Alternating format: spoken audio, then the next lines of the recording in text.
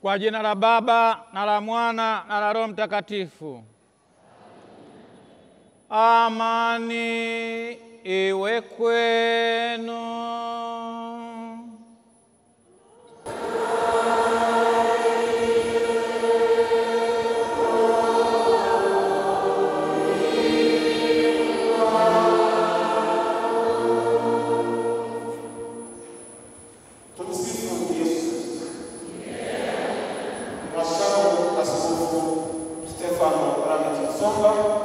Askofu wa Jimbo Katoliki la Bagamoyo, Padre dekano wetu Mapsala, watawa, waumini na vijana wetu ambao tarajia kupata sakramenti ya kipaimara na waumini wengine wageni wa katika adhimisho hili. Tumsifu Yesu Kristo. Chukua nafasi hii basi kumshukuru Mungu awali ya yote kwa mema mengi alitutendea, mambo makubwa alitutendea katika maisha yetu, hasa katika parokia yetu ya Yohane Mtume na Mwinjili, ambapo tunashuhudia tukio la vijana wetu wa Katoliki 195 pewa sakramenti ya kipaimara, pewa muhuri wa Roho Mtakatifu kutokea Roho Mtakatifu.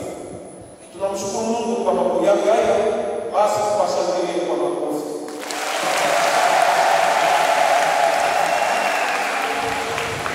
Baada ya kuzingatia kifakio kilichozingatiwa, basi tuchukue nafasi hii kumkaribisha mashamba Baba Askofu Stefano Msonga, askofu wetu, aweze kuadhimishia ibada takatifu ya misa na pia kuwapa sakramenti ya kipaimara hawa watoto wetu. Baba, tunasema karibu sana.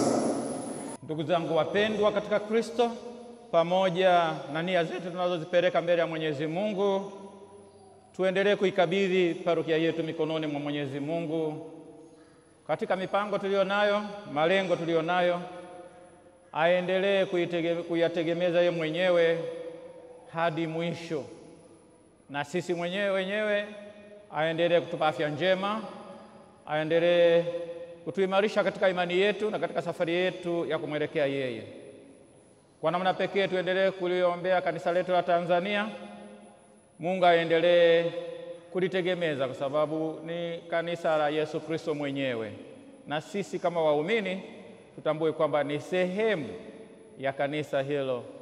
Na kwa sababu hiyo tuungane katika sala hizo kuiombea vile vile nchi yetu ya Tanzania, haki na amani, ili wote tuweze kuwa na uelewa mmoja wa amani maana yake nini na haki maana yake nini. Asiwepo yoyote yule anayepotosha, asiwepo yoyote yule ambaye anatumia ubinafsi wake kuharibu haki na amani. Tuwaombee watoto wetu pia ambao ni wamisionari wakuu. Tunapoadhimisha Dominika hii ya misioni, tukitambua sisi sote ni wamisionari, na kwa sababu hiyo umisionari wetu ni kushirikisha, kushuhudia yale tunayoamini kwa watu wengine, watambue hicho tunachokiamini kwa maisha yetu tunayaishi katika umoja na amani, katika imani moja, tukiwa moyo moja na roho moja. Ndugu zangu, tukiri dhambi zetu tupate kustahirishwa kuadhimisha mafumbo matakatifu. Na muungamia Mungu Mwenyezi.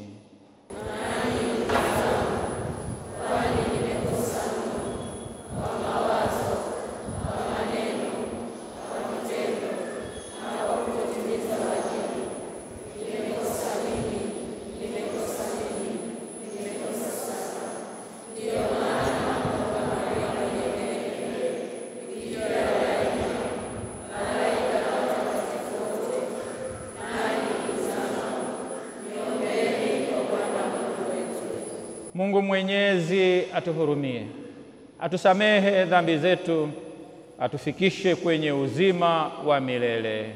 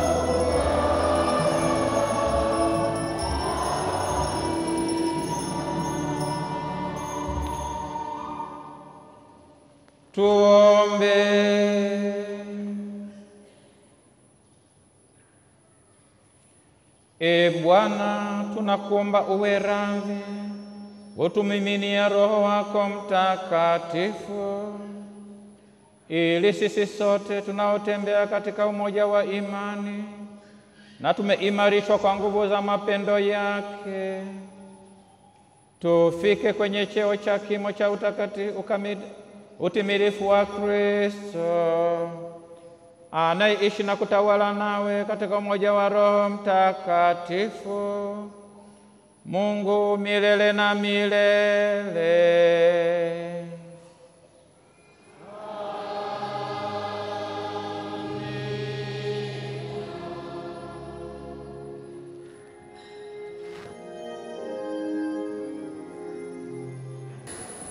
Somo la kwanza. Somo katika kitabu cha Kutoka sura ya 17 aya ya 8 hadi ya 13. Wakati huo Waamaleki walitokea wakapigana na Israeli huko Refidimu. Musa akamwambia Yoshua, tuchagulie watu ukatoke upigane na Waamaleki. Kesho nitasimama juu ya kilele kile, na ile fimbo ya Mungu nitakuwa nayo mkononi mwangu. Basi Yoshua akafanya kama Musa alivyomwambia, akapigana na Amaleki, na Musa na Haruni na Huru wakapanda juu ya kile kilima. Ikawa Musa alipoinua mkono wake, Israeli walishinda, na alipoushusha mkono wake, Amaleki walishinda. Lakini mikono ya watu wake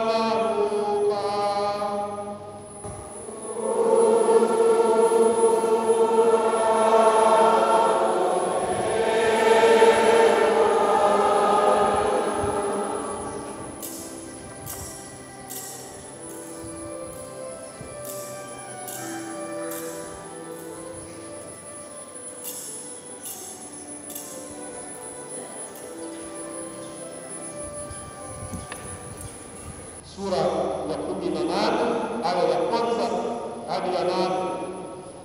Yesu aliwaambia mfano ya kwamba imewapasa kumwomba Mungu siku zote wala wasikate tamaa. Akasema alikuwa na kazi katika mji fulani, hamchi Mungu wala ajali watu. Na katika mji huo palikuwa na mwanamke mjane aliyekuwa akimwendea akisema, nipatie haki na adui wangu.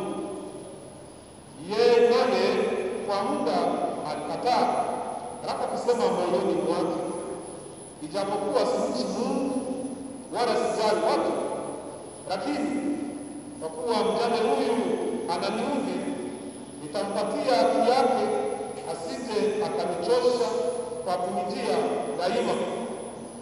Bwana akasema, sikilizeni asemavyo yule kadhi laini, na Mungu je, hata wapatia haki wateule wake wanaomlilia mchana na usiku, naye ni mvumilivu wao? Nawaambia, atawapatia haki upesi. Walakini atakapokuja Mwana wa Adamu, je, ataiona imani duniani? Neno la Bwana.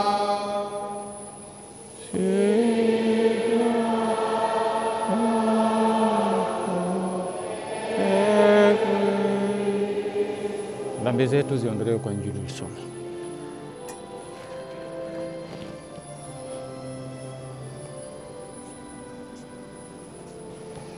Mheshimiwa sana Baba Dekano, Mheshimiwa sana Baba Paroko, watawa, kamati tendaji, mafrateri,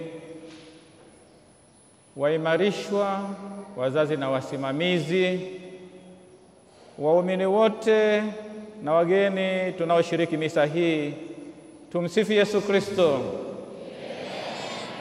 Mungu ni mwema kila wakati. Ndugu zangu wapendwa katika Kristo, tunaadhimisha Dominika ya Misioni. Tumebahatika katika Dominika hii ya Misioni kupata watoto wetu hawa ambao watapata sakramenti ya kipaimara katika Dominika ya Misioni. Na sisi sote tunaalikwa kutafakari umisionari wetu. Na tukiangalia katika historia, tutajiuliza imani ya Kikristo imetokaje mpaka tukawa nayo leo hii. Na tutatafakari vile vile agizo la Bwana wetu Yesu Kristo, ambaye katika Injili ya Mathayo sura ya 28 aya ya 19 na kuendelea isema, enendeni ulimwenguni mote mkawafanye mataifa yote kwa wanafunzi wangu, mkawabatize kwa jina la Baba na la Mwana na la Roho Mtakatifu, nami nipo pamoja nanyi mpaka ukamilifu wa dahari.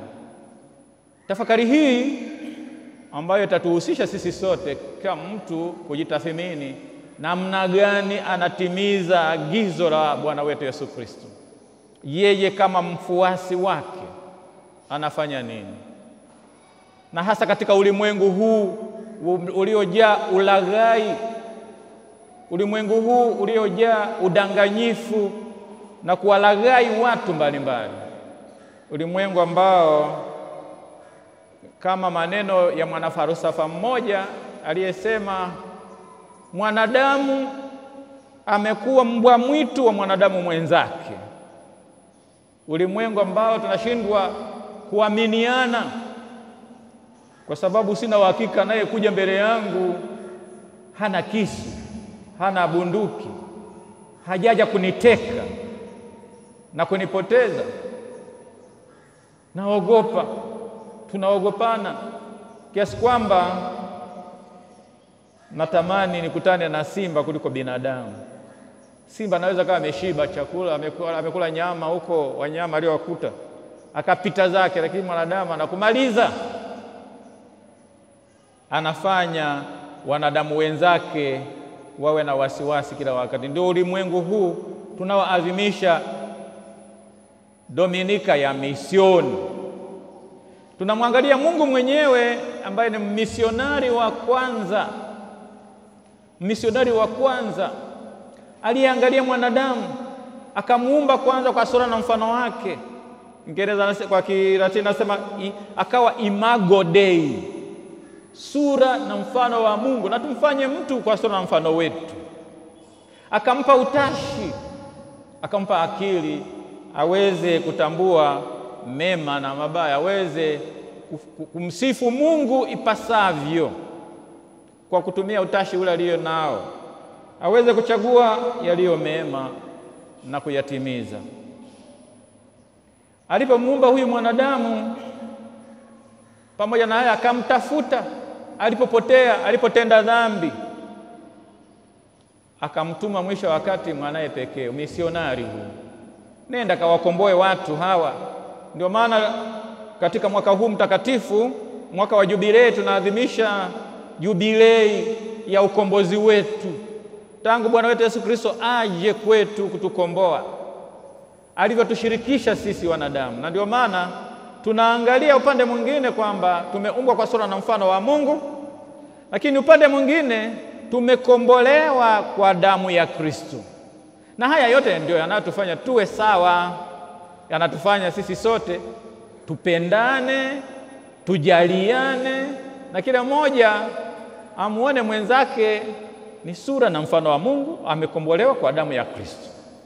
Na kwa sababu hiyo amjali, amtendee yaliyo mema, na si kwa ajili ya kumtesa, si kwa ajili ya kumtishia, kwa sababu tu ameona mtishie. Na Yesu alipomaliza ukombozi wake na kutuachia agizo hili, alitupa ahadi ya ujio wa Roho Mtakatifu atukumbushe katika kweli yote, tuweze kuwa wa kweli, tuishi katika ukweli, tuongozwe katika kweli, katika mafundisho ya Kristo. Na ndio maana ukisoma sura ya Injili ya Yohane sura ya 14 aya 15 nadhani, ambapo anatuambia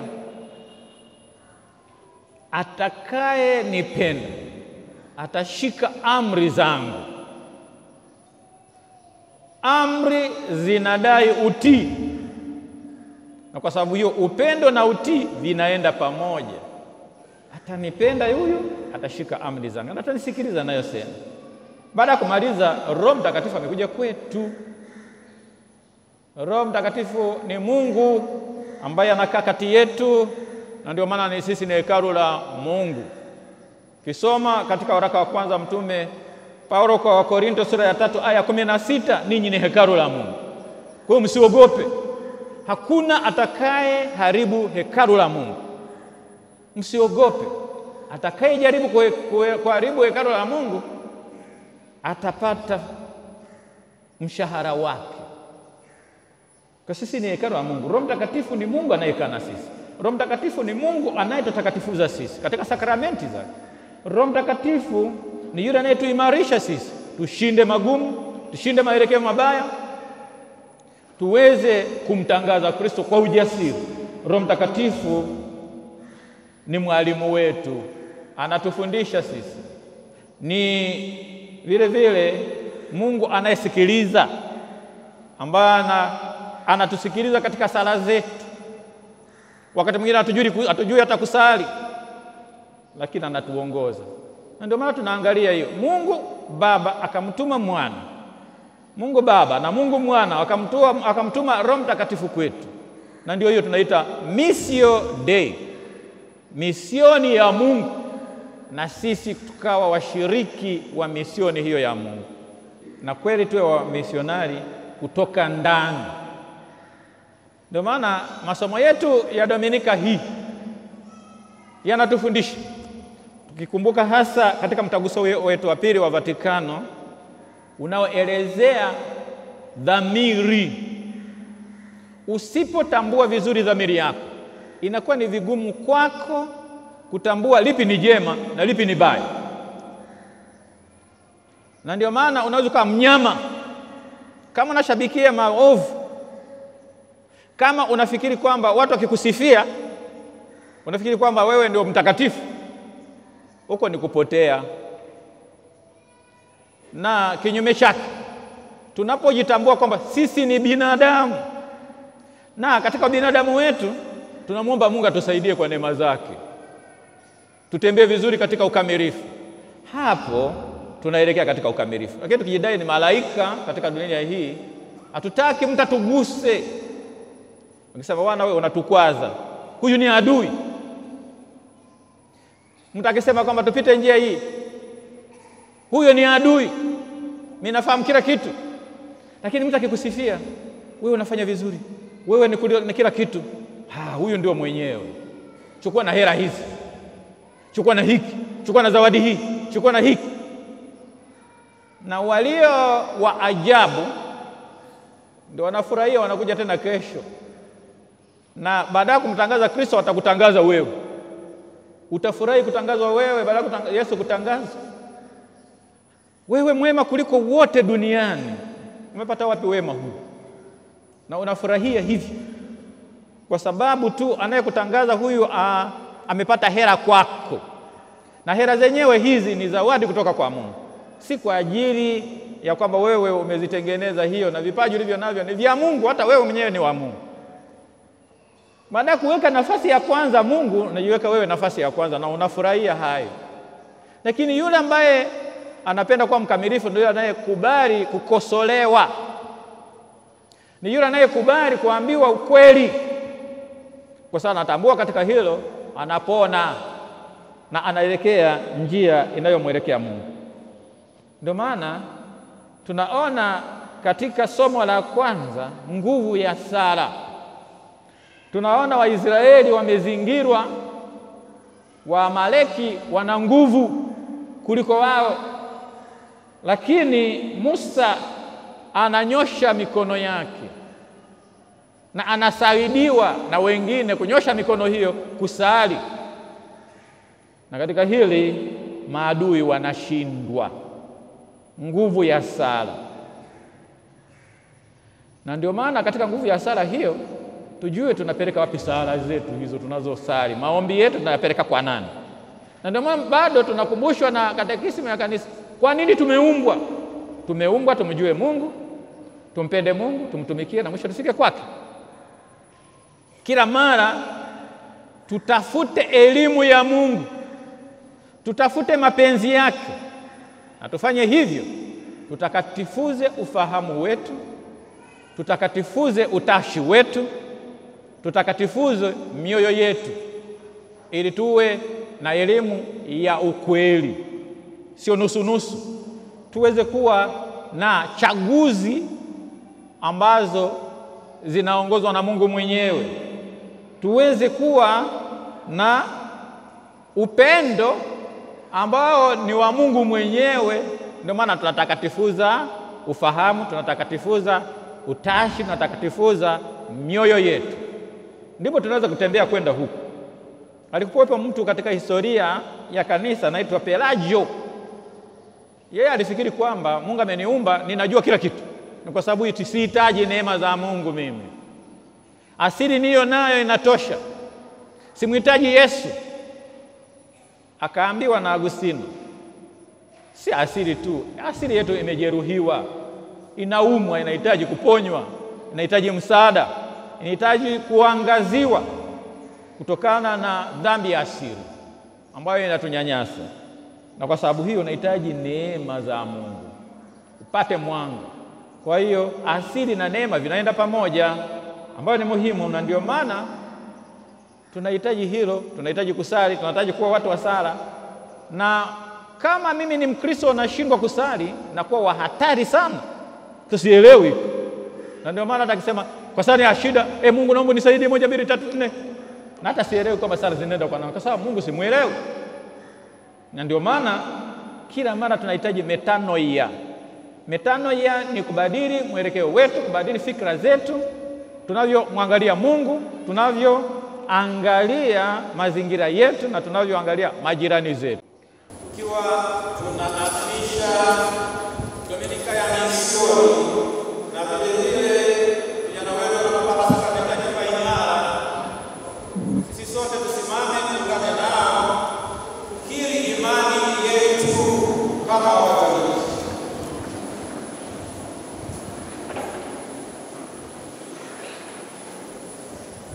Mnamkataa Shetani na mambo yake yote na njia zake zote. Mnasadiki kwa Mungu Mwenyezi kuumba mbingu na dunia. Mnasadiki kwa Yesu Kristo mwanaye pekee Bwana wetu aliyezaliwa na Bikira Maria akateswa, akafa, akazikwa, akafufuka katika wafu, amekaa kuume kwa Baba. Mnasadiki kwa Roho Mtakatifu Bwana mleta uzima mtakayepewa leo kwa namna ya pekee kwa njia ya sakramenti ya tiba imara kama walivyopewa mitume siku ya Pentekoste. Mnasadiki kwa Kanisa Katoliki, ushirika wa watakatifu, maondoleo ya dhambi, ufufuko wa wafu na uzima wa milele. Hii ndio imani yetu. Hii ndio imani ya Kanisa ambayo tunapata fahari kuungana katika Bwana wetu Yesu Kristo.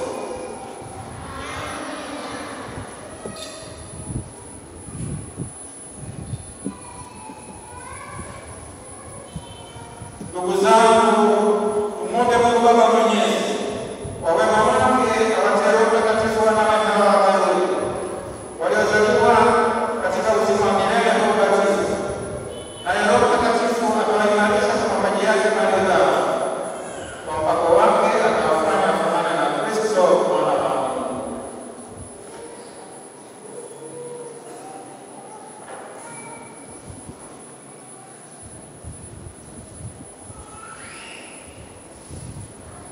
Ee Mungu Mwenyezi, Baba wa Bwana wetu Yesu Kristo, ndiwe uliyewazaa upya watumishi wako hawa kwa maji na Roho Mtakatifu, ukawakomboa katika dhambi.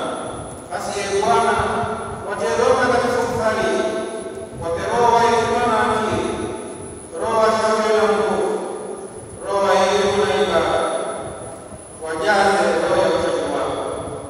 Tunaomba hayo kwa njia ya Kristo Bwana wetu.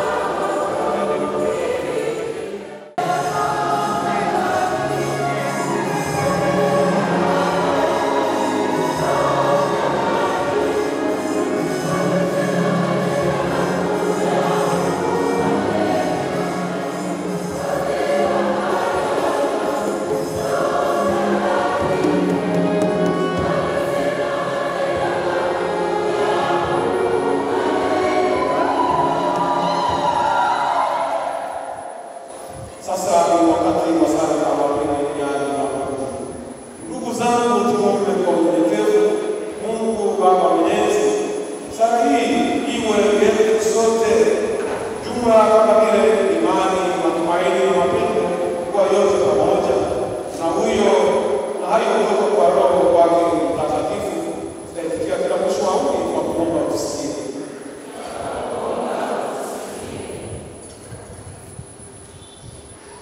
Watakase waimarishwa, wapate kuwa hekalu lako takatifu siku zote za maisha yao. Bwana, watie moyo waimarishwa hawa, wamshuhudie Kristo kwa mwenendo mwema. Bwana, wape hekima hawa waliopata kipaimara, wachague kila mara yaliyo mema, na wape nguvu wa kumtii Kristo na wakubwa wao. Bwana, waimarishe waimarishwa wetu, watetee imani yako katika matatizo ya maisha. Bwana, wasaidie waimarishwa wasione aibu kwa ajili ya imani yao. Bwana, wazidishie uchaji ili wamwabudu Mungu faragani kwa ibada. Bwana, waongoze wawe viongozi wazuri wa Kristo katika dini na mambo ya siasa. Bwana,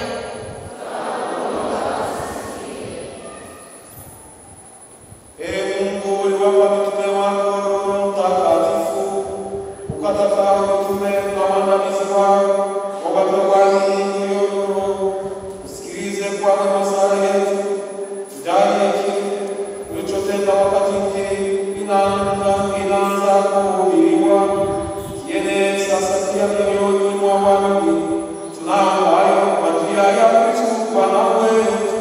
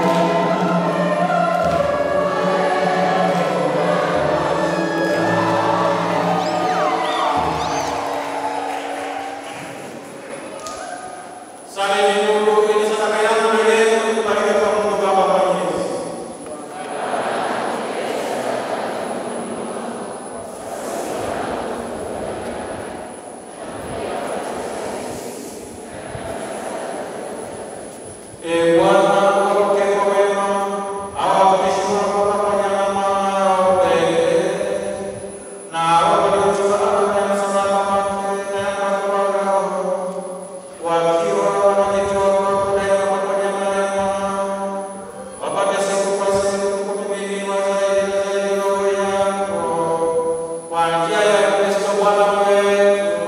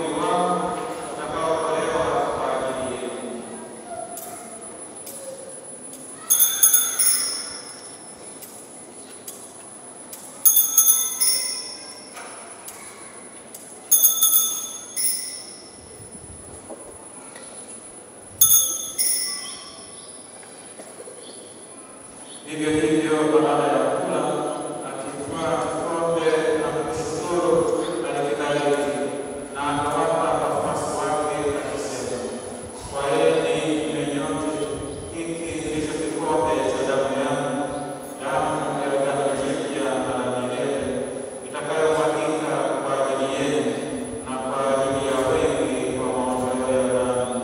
Fanyeni hivi kwa ukumbusho wangu.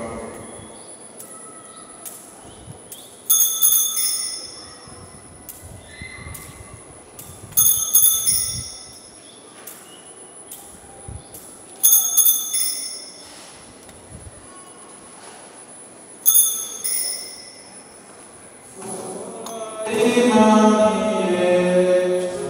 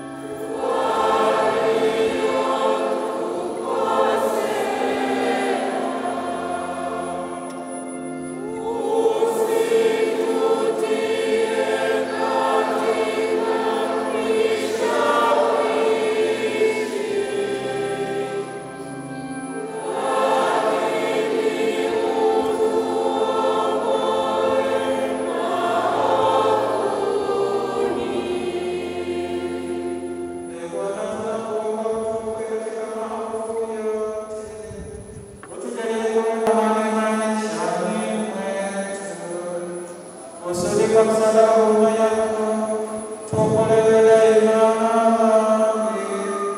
Wala tusifadhaishwe na jambo lolote, tunapotazamia tumaini lenye heri na ujio wa Mwokozi wetu Yesu Kristo.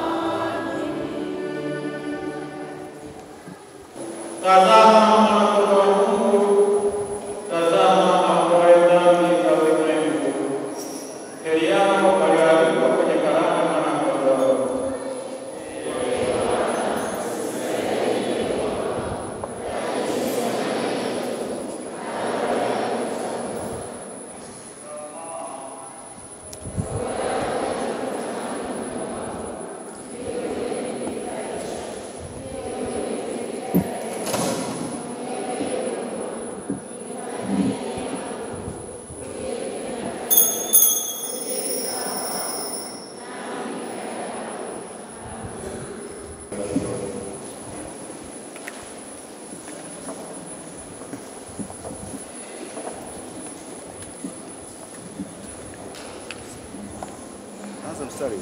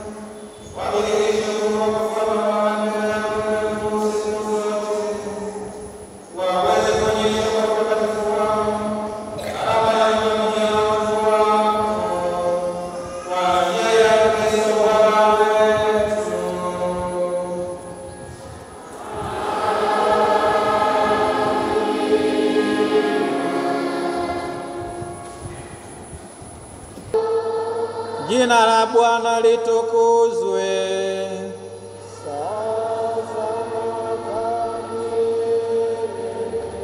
Msaada wetu ukatika jina la Bwana.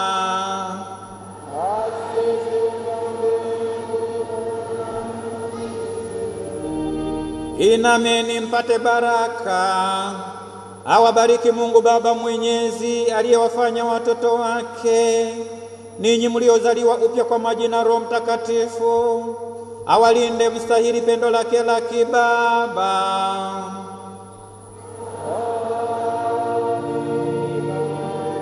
Awabariki mwanaye pekee aliyeahidi Roho wa ukweli adumu kukaa katika kanisa, na awaimarishe kwa nguvu zake katika kuiungama imani ya kweli.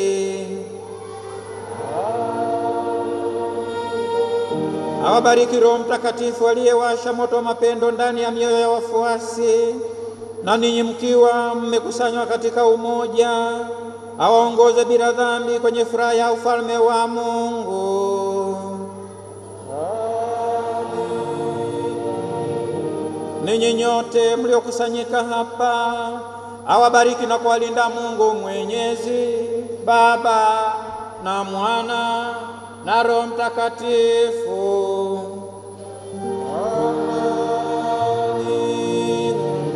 Nendeni na